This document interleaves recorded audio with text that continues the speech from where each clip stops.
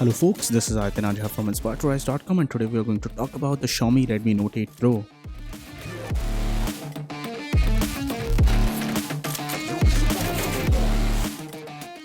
So guys, let's first start with an unboxing for the same. This is the official box for the Xiaomi Redmi Note 8 Pro. We bought the special 8GB 128GB edition and this is the first Indian smartphone to come with Alexa pre-built inside. This was the halo white color which we bought because that looks the best. And inside you get the SIM ejector tool, you get the documentation, warranty card. Apart from that, you get the TPU cover which would get yellow with time, and you also get the smartphone on the inside. This is the smartphone. It looked pretty good, but the main issue was that the TPU cover does not cover the camera bump properly. So even with the TPU cover, you will feel that the camera bump would get scratches when placed on a flat surface, and I felt that this was one of the major cons for the smartphone. Apart from that, you get the fast charger for the smartphone on the inside, so that's one of the better things about it. If we talk about the build and design, it comes with Corning Gorilla Glass 5 on the back as well as the front. On the back you get the quad camera setup, and at the front there's the display, and there's a very small chin this time around, which I felt was pretty good for a smartphone like this one. And it comes with a teardrop notch style design.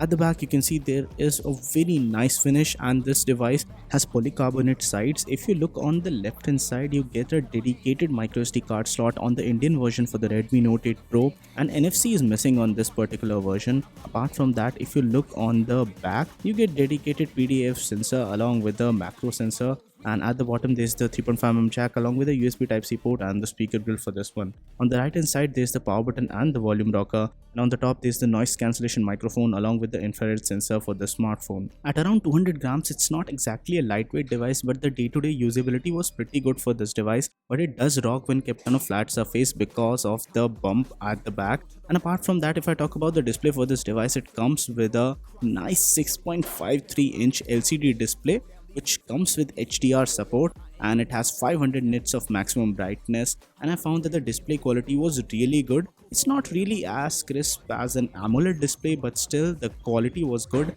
and I felt that there was a slight shift towards warmer tones on this display. If you keep it on increased or automatic contrast, you will find that it's not really 100% color accurate. For better color accuracy, I would prefer to put it on normal standard contrast. Now if I talk about what's on the inside, it comes with the MediaTek Helio G90T chipset. You get 6GB of RAM on the starting model itself. It has 64GB or 128GB of internal storage, and you also get option to go all the way up to 8GB of RAM. I tested the 8GB RAM model, and needless to say the performance was really top notch. It scored around 280,000 plus on the Antutu benchmark, which is also a great score for a smartphone like this one. And there were issues regarding the heating, which we will talk about later. The storage was really fast at around 522 MB per second read write speed, and if we talk about few other things, I felt that there were not a lot of issues on this smartphone, but there was one minor issue. The bottom left corner sometimes was unresponsive,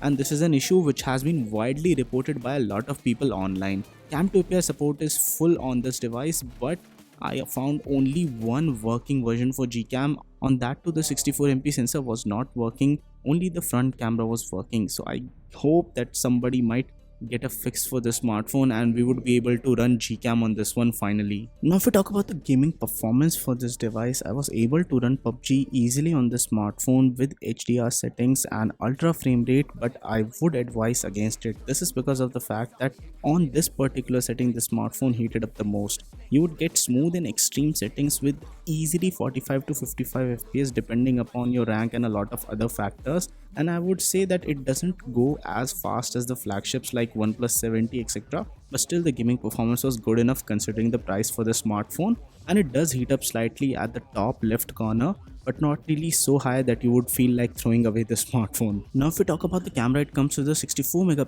f1.9 main camera sensor, 8MP f2.2 ultra wide sensor, 2MP dedicated macro camera sensor, and a 2MP depth sensor. I found that the image quality was pretty spectacular across the 64MP main camera, and the 64MP mode also works pretty good. The night mode on this device was also really good and worked great. You need some stable hands for that. Gcam photos also came out pretty great, and the macro mode works pretty well with a lot of different range of subjects. The ultra wide camera shows some slight yellowish tint, and I think that it needs some fixing via software updates, but apart from that the camera on this device does a solid job. for the particular price point on which it retails, and I feel that they can improve it even further with future software updates. Right now it's pretty good, it can become stellar with the future software updates. Now if I talk about the video quality, I felt that the videos were okay, but the stabilization could have been better, and the color science definitely needs some fixing on the ultra wide camera. The front camera shoots up to 1080p video,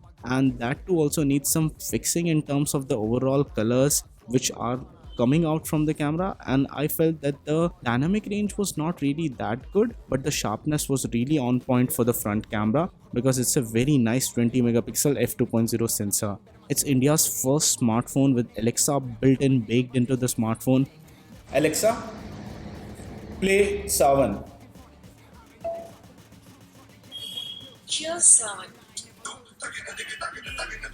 So you can link multiple accounts to your Alexa assistant and in return use all of that functionality. I found that the 4G plus support was not present on this smartphone. It would have been better if there was carrier aggregation on this one. It comes with fast face and fingerprint unlock, and that worked pretty good every time when I use the smartphone. Apart from that, overall general build quality etc is really good on the smartphone. If I talk about the battery life on this one, it comes with a non-removable 4500 mAh battery which lasts really long, easily 1.5 to 2 days of usage, and the fast battery charging is up to 18 watts, so that's also something which is pretty stellar for anybody who's looking to use the smartphone for normal day-to-day usage or multimedia consumption. One of the issues that I found with this smartphone was the fact that it has a very small LED notification light and it's very easy to miss it in bright lit environments. Apart from that, I didn't find any other major issue with this smartphone. Performance etc felt really fine. The addition of a very small chin on the smartphone made it really premium for someone like me.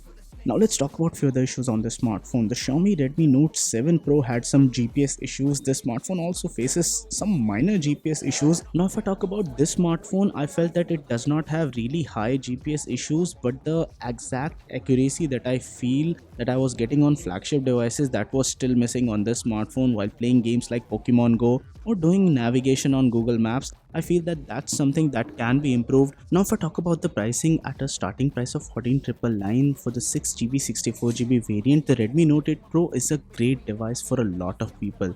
Though it has some shortcomings, but it still offers a lot of value and a lot of features, and it's I guess one of the cheapest smartphones with an LCD HDR display. It has a lot of good things going on for it, and if you face some issues with MIUI in terms of ads, you can always set your region to UK or something in European Union in order to not get ads on MIUI, and that's one of the small tricks that you can use on the smartphone. It's really a great smartphone for a lot of budget conscious people who want to game on a budget. Until the time there's no other smartphone coming out in the specific price range, I feel that below 20k the Redmi Note 8 Pro is a great choice for a lot of people. So guys, this was it for this video. In case you like this one, don't forget to smash the thumbs up button and do subscribe to Inspire to Rise for more awesome tech videos like this one. And guys, no matter what you do, stay inspired to rise.